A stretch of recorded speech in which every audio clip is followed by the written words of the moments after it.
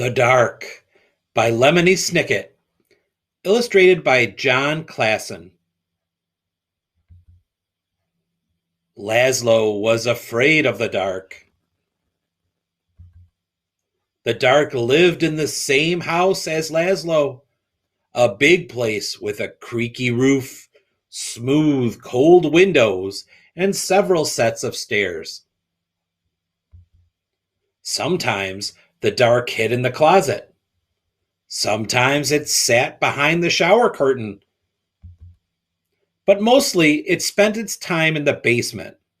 All day long, the dark would wait in a distant corner, far from the squeaks and rattles of the washing machine, pressed up against some old damp boxes and a chest of drawers nobody ever opened. At night, of course, the dark went out and spread itself against the windows and doors of Laszlo's house. But in the morning, the dark would be back in the basement where it belonged. Laszlo would peek at the dark every morning. "Hi," he would say. "Hi, dark."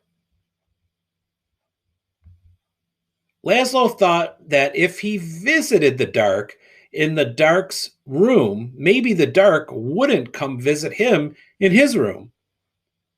But one night, it did.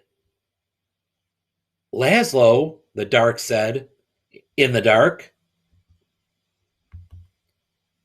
The voice of the dark was as creaky as the roof of the house and as smooth as the cold as the windows. And even though the dark was right next to Laszlo, the voice seemed very far away. "What do you want?" asked Laszlo. "I want to show you something," said the dark. "In here." "No," said the dark. "Here?" "No, no," said the dark. "Downstairs." "Downstairs?" "Yes," said the dark. In Laszlo's living room was the biggest window in the house. Laszlo looked out at all the dark outside. Above him, the roof creaked, and he closed his eyes. Now the dark was all Laszlo could see. "No, no," said the dark again. "Not there. Down here."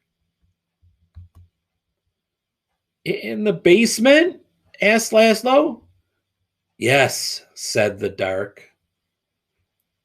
Laszlo never dared to come to the dark's room at night. "Come closer," said the dark. Laszlo came closer. "Even closer," said the dark. You might be afraid of the dark, but the dark is not afraid of you. That's why the dark is always close by. The dark peeks around the corner and waits behind the door. And you can see the dark up in the sky almost every night, gazing down at you as you gaze up at the stars. Without a creaky roof, the rain would fall on your bed. And without a smooth, cold window, you could never see outside. And without a set of stairs, you could never go into the basement where the dark spends its time. Without a closet, you would have nowhere to put your shoes. And without a shower curtain, you would splash water all over the bathroom. And without the dark, everything would be light, and you would never know if you needed a light bulb. "Bottom drawer," said the dark. "What?" "Bottom drawer," said the dark. "Open the bottom drawer." "Thank you," said Laszlo. "You're welcome," said the dark. By the time Laszlo got back into bed, the dark was no longer in his room, except when he closed his eyes to go to sleep. The next morning, Laszlo visited the dark in the basement. Hi, he said. Hi, Dark.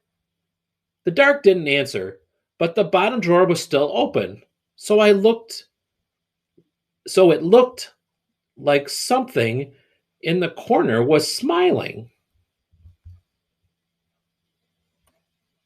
The Dark kept on living with Laszlo, but it never bothered him again.